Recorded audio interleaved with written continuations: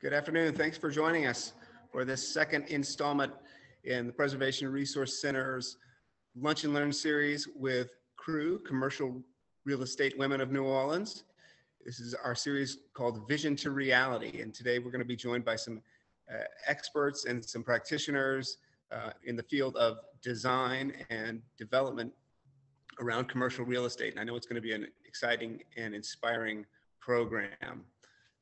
Before we get into the meat of things, let me, as always, encourage anyone who's joining us. If you're not a member of Preservation Resource Center of New Orleans, we would love to have you join. You can do that very simply at prcno.org. You can also go there to find an archive that includes the prior installment in this series and a lot of our other online classes going back for a couple of years now.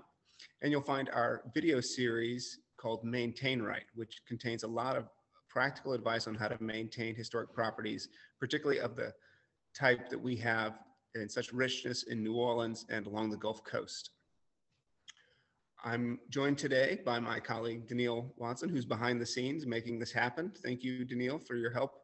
And by Michelle Shoriak, who is our Director of Conservation and Education. So Michelle has a great hand in putting together our online classes and also our Revival Grants program, which helps low-income homeowners repair their historic homes and stay in our historic neighborhoods to keep them diverse and beautiful, just as we all want them to be. So if you're not already aware and a PRC member, let me plug our magazine, Preservation in Print. So in addition to these classes, which are free, you get the magazine if you're a member, and you can also go to our website or come here to our headquarters, 923 Tchoupitoulas, and visit our bookstore where we have our publication Building on the Past. And I'm excited to say we have a new book coming out in partnership with Children's Hospital later this year. So I won't say anything else, won't spoil the secrets, but if you love historic architecture and you want to read up, our bookshop is a great way to learn more and sustain your interest. So I will now take care of a bit of housekeeping to say that if you have questions for our panelists, please enter those in the Q&A box. And we'll be, Michelle and I, relaying those to the panel at the end of their program. We're going to have some remarks from each of our guests and able moderation Q&A by our moderator, and we'll get to the audience questions near the end of the program. So without further ado, let me introduce our panelists and moderator for today's program. Tracey Ash grew up in Boca Raton, Florida, and spent a lot of time in the Florida Keys, which imprinted on her a love of the Caribbean and the tropics. And so, of course, New Orleans, being the northernmost city in the Caribbean, she felt a kindred spirit when she came here to visit and wound up deciding to attend Tulane University, doing a 5-year program to achieve her master's in architecture there. And while she was a student, she was able to travel widely into Russia, Spain, Portugal, and did a year at the Mackintosh School of Architecture in Glasgow, Scotland. Her career has really focused on protecting New Orleans historic architecture and doing sensitive but adventurous and exciting infill development inside the historic context. In 2016, Tracey became a partner at Studio WTA, founded by Wayne Troyer, who was a mentor to her, and to her colleague, Julie Babin, who also joins us today. When she's not serving in that capacity at the firm, she's also a volunteer with the Architectural Review Committee of the Historic District Landmarks Commission, giving away her years of experience and advice to other designers who are working in the historic context. For that, we're grateful. And she's also an active volunteer with the New Orleans Film Society, where she's been a jury screener of film submissions for more than 10 years and has served on the board of directors there. So welcome, Tracey. We're also glad to be joined today by Tracey's partner at Studio WTA, Julie Babin. Julie has been a LEED accredited professional since 2007 and a licensed architect since 2010. In 2016, she not only became a partner at the firm, but she was named a Master of Architecture by New Orleans Homes and Lifestyles magazine. She also studied at Tulane University School of Architecture. She got her Bachelor of Architecture there, winning the prestigious John W. Lawrence Memorial Medal for Design Excellence and the John W. Lawrence Travel Research Fellowship. And that fellowship enabled her to go to the Netherlands and to study historic architecture and landscapes and contemporary architecture in the Netherlands, reinforcing the strong ties between New Orleans and the Dutch. So Hurricane Katrina arrived just as she was concluding her studies at Tulane, and that really cemented her love of this city and her commitment to staying here. So since making that decision, she's designed and managed award-winning projects throughout the city, and she has a particular interest particular skill set around dealing with projects that have constraints. The constraints in many ways make them more interesting, whether that's budget or spatial or design and programmatic. So she's going to share with us some of that perspective today. Next panelist I want to introduce you to is Avery Foret, who is a land use attorney and urban planner at Sherman Strategies, where she's been since 2014. A native born and raised here in New Orleans, she's a graduate of the Loyola University College of Law and the University of New Orleans Masters of Urban and Regional Planning program. So dual advanced degrees here in New Orleans. And if that wasn't enough, she also holds a postgraduate certificate in construction management from Louisiana State University. Her primary practice relates to zoning and entitlements for development projects. She's going to talk to us about that today. And she may also touch on some of the other work she does around neighborhood and stakeholder engagement, public property disposition, historic tax credits, and restoration tax abatements. She serves on the Hano Board of Commissioners, that's the Housing Authority of New Orleans. And when she's not doing that, she enjoys spending time with her 2 young kids and her husband and family, attending football games and enjoying some of the city's world-class restaurants. Our final panelist, Nathalie Jordi, you may know as proprietor of the Hotel Peter and Paul, located in a former Catholic school, rectory, church, and convent in the Marigny. It's where our family did our Christmas photo on the steps back in, I think, 2020. So she developed that project in tandem with Ash NYC and was very much the face of the project for the Marigny, and I think spent a lot of time probably sitting on those steps herself. And as someone who works with neighborhood associations all around the city, I have heard your praise, Nathalie, from the folks at Footbridge Marigny Improvement Association for the ways in which you engaged with the community as you were moving that process towards development. And of course, it's been received with numerous accolades. If you visit the hotel website, you'll see the many articles from national publications.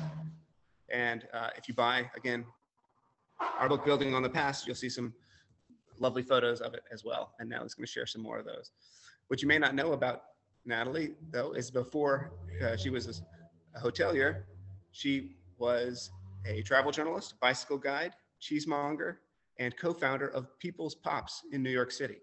So she is an excellent popsicle maker and author of the People's Pops cookbook, published by Penguin Books. So you'll have to give us some popsicles this summer, Nathalie, coming by.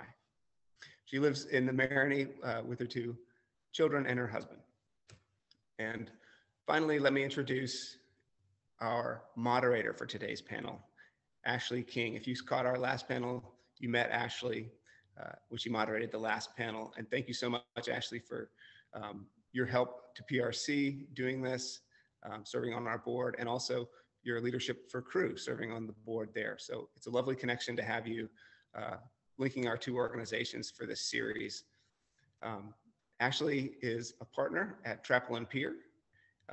You might know her work if you've ever gone down Julia Street and seen the Julia, which is a new construction infill project in a historic context, or if you've ever been to Covington and stayed at the Southern Hotel, which is a historic restoration project. She too did her master's degree work at Tulane University, but she grew up in Charleston, and that's probably where her love of history and historic architecture began. She likes to her attention to detail, an eye for detail on both infill construction in historic areas and restoration projects. And when she's not doing that, she's probably out running or practicing golf or playing with her dog. So thank you all so much for being part of today's presentation. I will yield the floor to you and turn it over to our panel. Thank you so much.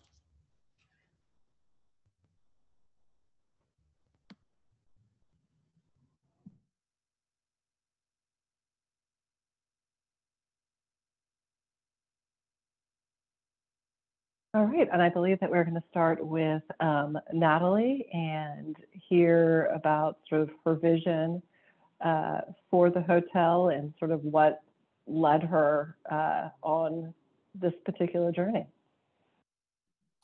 Great. Hello, everybody. Thank you so much for having me for that introduction, Nathan. I'm going to share my screen so I can show you some photographs along with my narration. Can everybody see my screen right now? Can everybody see the part of the screen that I want you to see? Just kidding. Okay, so as the introduction stated, I'm the co-founder of the Hotel Peter and Paul, which is a 71-room hotel on former Catholic land located in my neighborhood, the Marigny, which is just downriver the French Quarter and was the first neighborhood to be developed in New Orleans after the French Quarter. This is sort of a map of the hotel, and I'm going to show you some photos of buildings going forward. We've got the schoolhouse here where most of our guest rooms are, and we have 71 rooms total, of which 59 are in this building. The rectory here, ground floor, is the Elysian Bar, Cafe, and restaurant, which is a partnership with Bacchanal on the ground floor with 5 guest rooms on top. The church is a large volume space where we have all kinds of public and private events. And the convent, which is shown as ludicrously tiny here, but is actually a little bit larger in real life, is 7 guest rooms and an ice cream parlor in our offices. Here's a historical photo of the school building, and this is what it looks like now. We actually still get a ton of visits from people who remember attending talent shows in the school or getting married in the church. It's one of my favorite parts of working with a site that has so much historical fabric. Here's a picture of the lobby, the original staircases and plaster walls. We found, our historic consultant, Gabrielle Béguet, found the 1900 architectural drawings. So we were able to recreate the massive front doors, transom, the baluster, things like that. Check-in desk here. I know you guys are architecture nerds, so I'll just point out that we were obliged to have a drop-down fire curtain. So we made a playful tent out of it. Tracy was, who's another panelist, was our architect and did a brilliant job transforming the building into one that we could use for modern life. Each of the 4 floors of the school has a different color palette. First floor is yellow, then we have a blue floor, green floor, red floor, and a, let's see, yellow, green, blue, and red. And then the ones on the ground floor have operating French doors allowing piazza access. Second floor is the former classrooms. A lot of the furniture in the hotel was designed by my partners at Ash and constructed locally. For example, the metal beds, the curtains, the armoires were all made within a few square miles of the hotel. And then everything that looks old is actually old. You know, we went on an epic buying trip where we bought 4.5 shipping containers of vintage furniture and brought it back to New Orleans to be restored, repaired, reupholstered, rewired. And we took very seriously, you know, our mission of educating who come to New Orleans so they understand the city a little better. So for example, the snack tray is all locally sourced. We have a book of cartoons illustrated by Emma Fick that kind of explores different aspects of New Orleans culture. We have a guest directory that combines basic information about, for example, dry cleaning and wake-up calls and the Wi-Fi with history, with essays, with recommendations, with curated maps. We have a local literary quarterly in the rooms and so on. Showers of fun.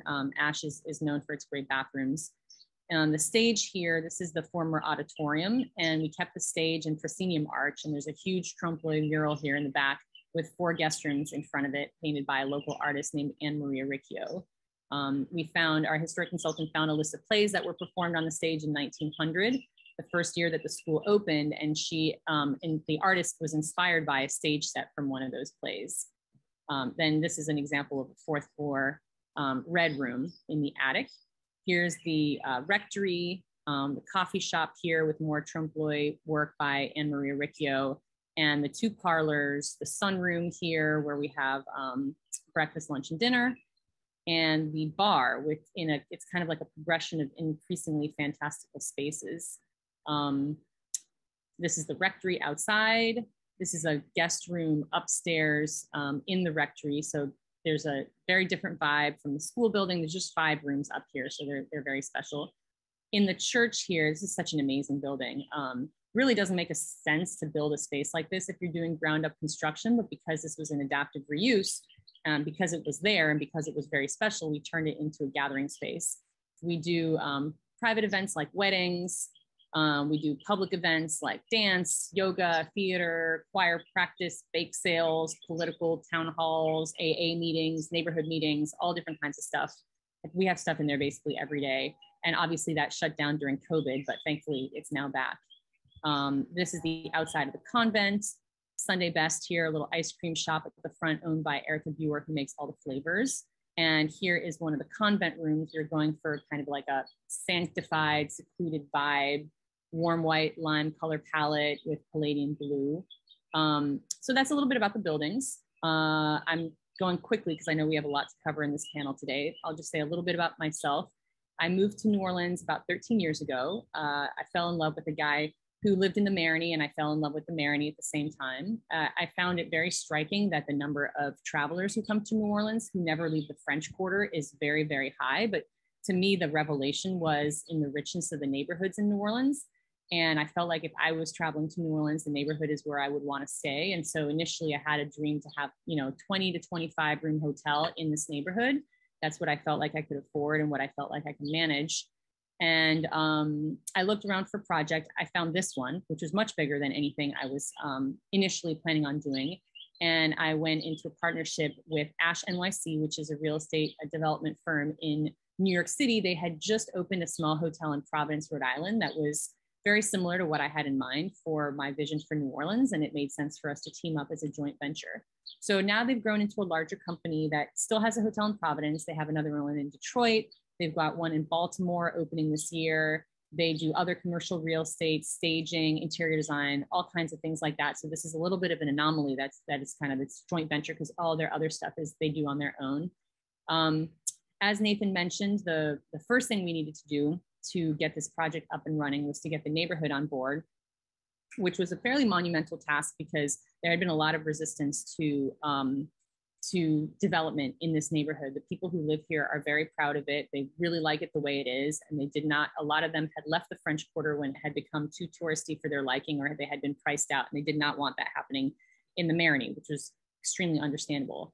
And I didn't want that either. And so we had a series of meetings. I think we were required to have one public meeting. We had 5. I had kind of like office hours at the Houdat Cafe, which I'm looking at right now, a little cafe in the neighborhood, and had many one-on-ones with people to kind of hear their apprehensions, tweak the plan accordingly.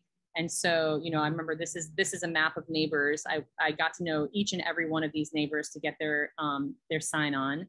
And then we did a 1.5 years of design with Studio WTA, which was amazing. Then we struggled to find financing. Eventually, we ended up with a capital stack that's a mix of state and federal historic tax credits with cash equity and with bank loans. We then did a 1.5 years of construction with Palmisano contractors, and we opened in 2018. We got a ton of press. It was amazing. And then about 1.25 years later, it all ground to a halt with COVID. That came out of left field for all of us, I think. We were fully closed for 4 months, and we reopened in August 2020, which in hindsight was way too early. We really struggled for another year of extremely low occupancy, like everybody else in town. And then last fall, things finally started picking up again. This is a picture of some of the wonderful people who work here. And that is a little overview of the hotel. So thanks for listening and for having me. And I look forward to your questions and to hearing what the other panelists have to say.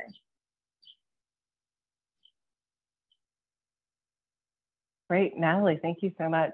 I'm going to go ahead and turn it over to Tracey and Julie, and sort of, because I think this is the perfect segue into your presentation. And so we would love to hear sort of your side of this development journey. Hi, so yeah, I'm Tracy. Thanks for having Julie and I here. We're gonna sort of go back and forth, and we're gonna touch on a couple projects we've worked on, one of which is Peter and Paul, and I was very happy to see that Natalie and I don't have any photos that overlap, so that's great. So you won't be seeing repeats of images, and I apologize, I'm a little under the weather, so I'm gonna try to get through this for you guys. I just wanted to start by saying, as architects working in New Orleans, obviously it's a very, very special city, and it needs to be stewarded and shepherded in the right way, especially the historic neighborhoods. I feel very strongly about that. I'm very proud to sit on the ARC of the HDLC and be part of that continuous conversation. And for us as a firm, you know, we really like modern architecture. We love mid-century modern architecture. And so we like to work with older buildings and bring a sort of sense of modernity to them in terms of building systems and some materials and things like that. But our big overarching goal on a lot of these projects is that for anyone who comes into the building to be able to see or to sense, you know, what was the original historic architecture and what is a newer intervention. And a lot of the projects we do, our office was this way, and a lot of projects that we do in our office, they feel like you could take these interventions out and you would be left with the historic shell of the building. That's certainly how we approached particularly the church building at Hotel Peter and Paul. And so, you know, the reuse of historic buildings in the city for commercial development is, you know, we always encourage it, not only from historic preservation, but a sustainability standpoint. You know, using buildings that are already there is using less new material. So not only are we preserving the urban landscape of the city, but we're, you know, acting in a responsible way in terms of sustainability. And in historic districts, for the better, I think it's hard to actually demolish a building without having a strong just cause. So what we do as architects is that we'll come in hopefully very early on in the process with an owner and either do a feasibility or a conceptual design study. I'm sorry, I forgot I was supposed to screen share. Thanks, Julie. Gosh, I told you I'm out of it. Let's see, slideshow. Okay. Okay, here we go. Can everyone see that? Yes. Yes. Yes. Okay, good. All right, great. So we'll often come in, and so we're in the second sort of part here. You know, we'll often do a feasibility or conceptual design study. So what that entails is an owner comes to us with a goal for a property, whether it's a hotel, an office, or what have you. And so we'll do the zoning analysis, the code research, identify any sort of stumbling blocks that might exist to them achieving their goals, and then do some conceptual planning with square footages and materials and things like that. So they can also get, you know, some early cost estimates and things like that. And then oftentimes in that early study, you know, we'll identify things that could become challenges. So knowing those challenges before full design begins allows us to sort of get ahead of that curve and think more creatively about those things from the outset.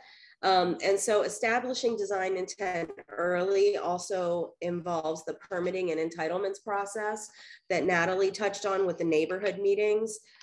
We will oftentimes do a conceptual design that we'll take either to neighborhood groups or the ARC, HDLC, and sort of get that early buy-in for owners so they know that they're not going into this development process sort of blind, not knowing where the opposition is going to come from, not knowing, you know, where the challenges might arise.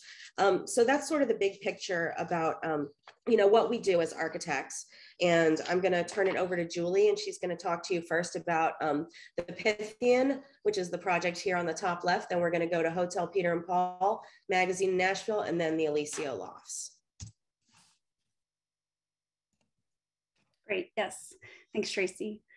Yeah, so the Pythian, located at Loyola and Gravier, this is a view on the left as seen from the parking garage at Duncan Plaza, is a project that is so near and dear to my heart. I just fell in love with the long storied history of this building. It was originally constructed in 1908 under the leadership of the Colored Knights of Pythias Supreme Chancellor Smith W. Green. And at the time, it was a high-rise building. It's still a high-rise building. And it was the largest building in New Orleans built for and by African Americans in our city. And there's been a plethora of amazing people that have lived and worked in, performed in this space, including Louis Armstrong, Andrew Higgins had a hiring office here in the war. Just so many interesting people came in and out of this space. Tracey, you could flip to the next slide. So on the left is how the building looked when we became involved in the project in 2014. And when the ownership team asked us to take a look at this building, the first thing we wanted to do was research the history, find out more about, is this building historic? What was sort of, what happened in this space? What's there? What was there before? And so we did a selective demolition. We did existing conditions documentation, and we did a lot of digging in historic archives, and we found a ton of information. I found the original architectural drawings from 1908 by Diebel, Owen Goldstein. We found photographs, we found articles, and this was all really pivotal to our design process and enabling us to recreate what was originally on this site. You can flip to the next slide, Tracey. What we found, though, through the course of looking at all of those old drawings and information, was that there was some areas that we needed to have some creative license because there wasn't enough detail. So, for example, above the entry doors, we knew there was some decorative ornamentation. We knew vaguely what the silhouette looked like, but we really didn't have any information about what the detail was. And so we teamed up with Pori Plastering, a local craftsmen, artisans, to create what we thought would be sensitive, maybe reinterpretations of what would have or could have been above the main entry doors. And so we recreated the Knights of Pythias shield and a cornucopia, which was kind of a common plaster ornamentation above doors during that time period. However, Pori made it very local. And so I think it's probably the only cornucopia above a door in our country, maybe, that has okra and crawfish and catfish, mirliton, all things New Orleans, which was really fun detail for the project. Next slide. So also part of our history was to, oh, we skipped a few, Tracey. Lagged, sorry. One more. One more? Yeah, there you go. So we worked with a color expert to also gather paint samples throughout the building, both interior and exterior, to help us define what was the original historic color palette. So when we were going to replace things like the windows, we could choose a color that was originally in the building. And so there were so many layers of paint, and this process was really fascinating because she was able to use a magnifying glass and determine various layers through various paint samples and come up with a palette that was relatable to today with Benjamin Moore paint colors, which you can see on the right, that ultimately got incorporated in the project as we renovated it. Okay, next slide. So this is one of my favorite graphics that we put together internally for this project. And it really helps illustrate and process the various changes that this structure went through over time. 1908 obviously being when it was first constructed. But when we talk about the Pythian today, it actually also includes a back portion that's along Gravier Street, which was first added in 1925 as a totally separate structure. The green highlights on all these images show what was added during each time period. And so part of our design process was coming up with what was this building going to look like in today's time. And so we had a lot of back and forth with the National Park Service and the SHPO, because it was receiving tax credits, to determine what was the historic of significance. And ultimately what was decided was that the corner building would be restored to its 1908 version, but the back portion of the building would be restored to its mid-century version, which had a modern slipcover that was added when Duncan Plaza and City Hall were added in downtown New Orleans, and the city went through this modernization period. So what you see on the bottom right in 2017, what the project looks like today, is actually not something that ever existed in history, which to me is just so fascinating, that it's historic, yet it's also not something that was ever there historically. So next slide. this is just some photographs showing the left how we received the building in 2014 and what it looks like today after it was restored, with that kind of coming together of the 1908 version and the mid-century modern version of the building on the right. Next slide. And then these are just a few shots of the interior. The sad part for me with this project was that there was very little of the original interior fabric left. The building had gone through so many different uses that there really wasn't a lot left to restore. There were some historic steel columns, which were actually really state of the art at the time. When this was built in 1908, steel was just being used in high-rise construction. So we knew we wanted to keep the steel columns, but they were no longer sufficient for building codes with all the added weight that we were adding to the building through mechanical systems and different uses and a roof deck.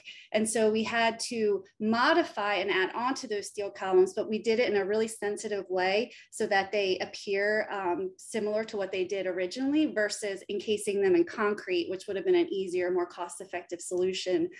We worked really hard with a structural engineer to find a way to minimize what we had to do to those columns to keep them. And then there was some brickwork, which you could see in the bottom left, that we were able to keep exposed on the interior.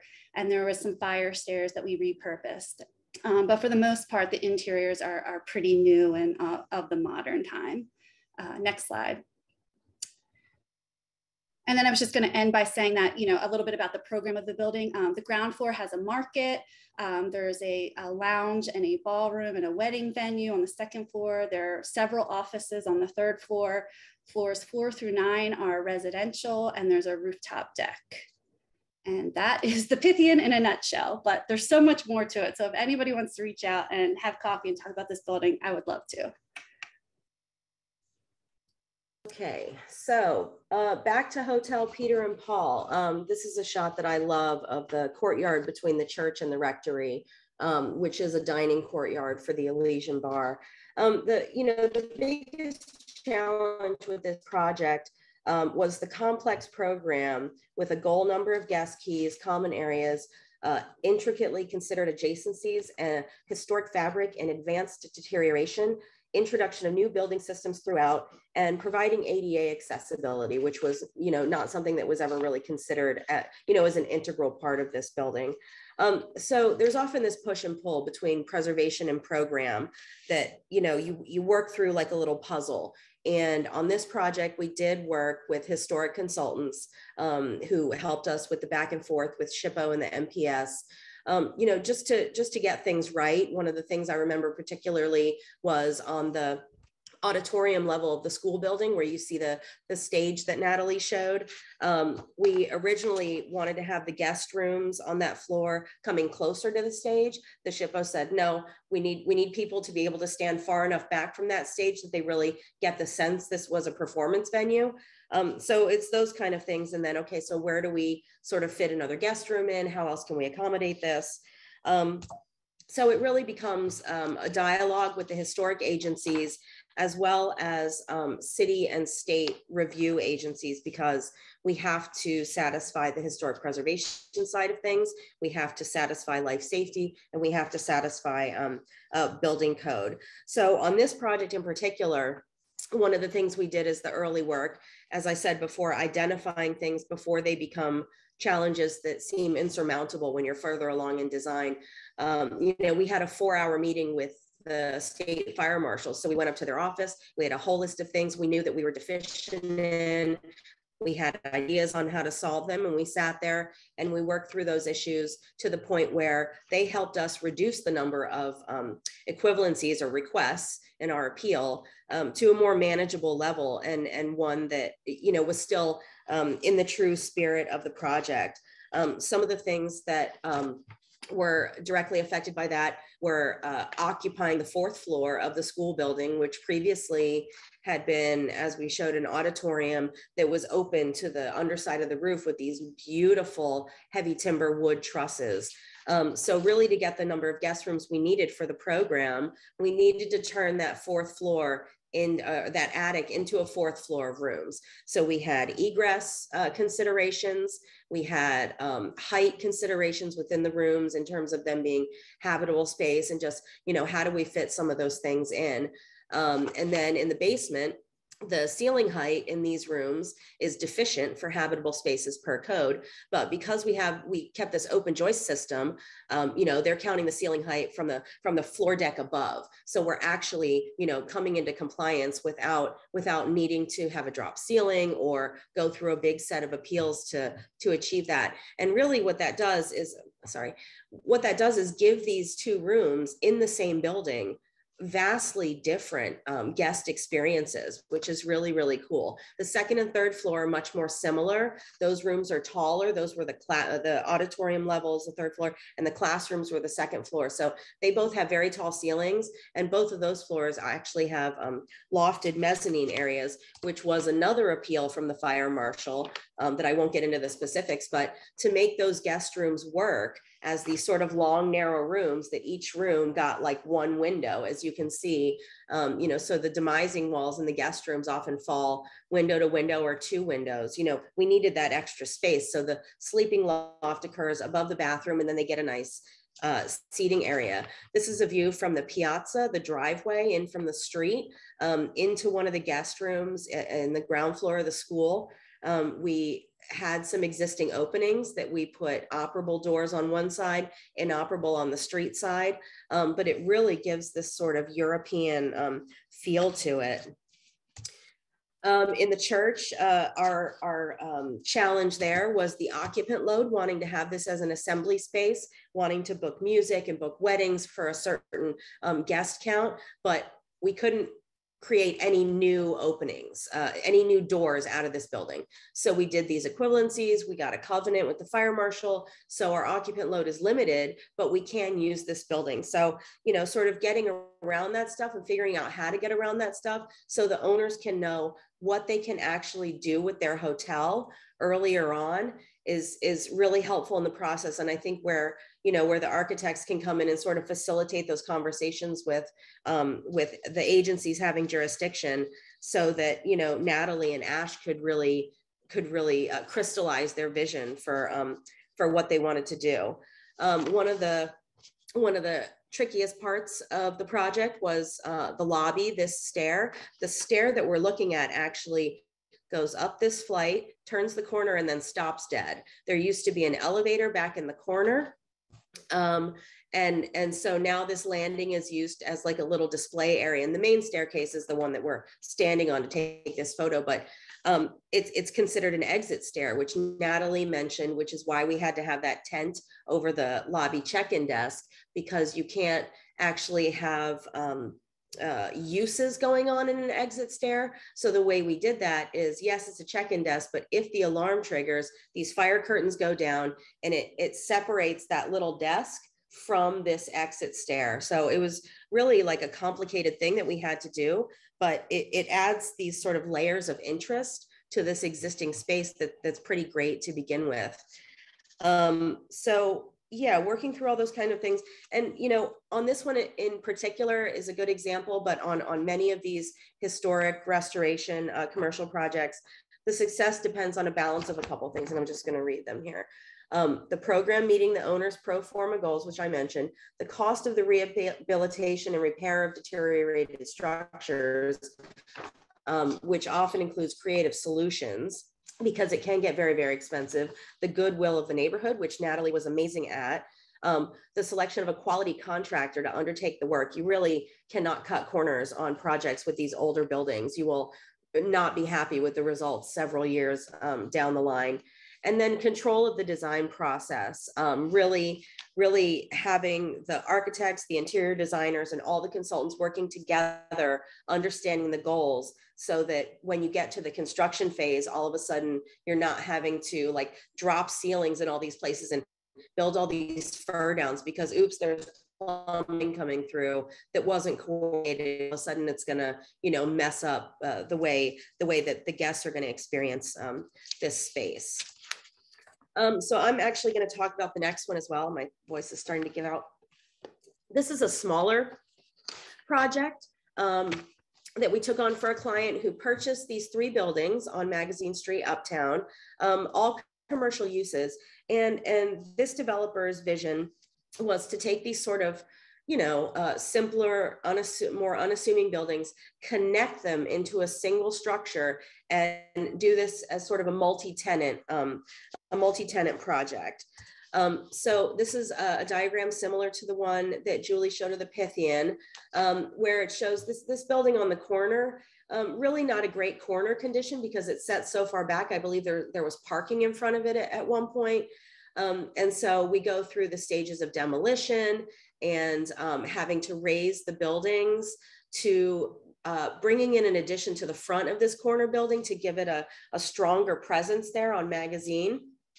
And then here you show the refinement of that with a taller parapet and an awning that wraps around. So a really traditional kind of commercial response to a corner property.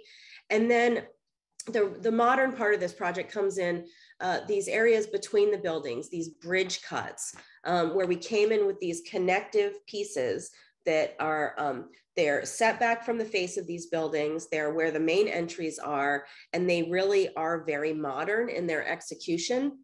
And so you can really read the difference between the historic and the new, which is something I mentioned earlier we're really interested in.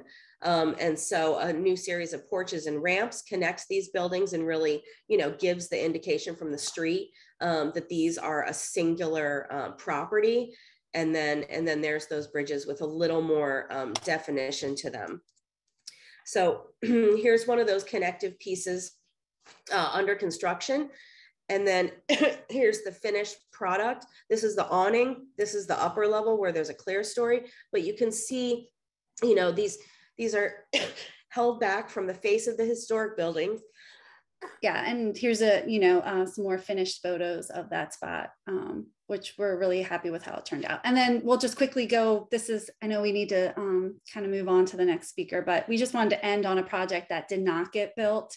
And I guess Tracy's gone, but the slide before this sort of showed that, and you can see this in the image on the right, that this was a lot kind of at the end of the Vieux Carré where Marigny starts. And it's sort of this corner lot that has a power plant to one side, residential on the back end, Elysian Fields, a wide boulevard in the front, and really just a mix of texture and different types of building uses. And so this is a new construction project, but we wanted to maintain one of the original buildings on site, which is seen like kind of halfway through the rendering on the right. It's a triangular shaped roof as a restaurant. And sort of our approach on this was to have 55-foot story building on the corner of Elysian Fields, where we felt like height was more appropriate, and then step the building and the new construction as it got further back into the Marigny neighborhood. And in the very rear of the lot, it's sort of the same height as 511 Marigny, which many of you might be familiar with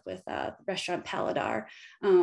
And this project was not received well by the neighborhood. Nathalie kind of mentioned earlier that Marigny can sometimes be opposed to development. And so this project did not ultimately get built. The biggest hangup was the height along Elysian Fields.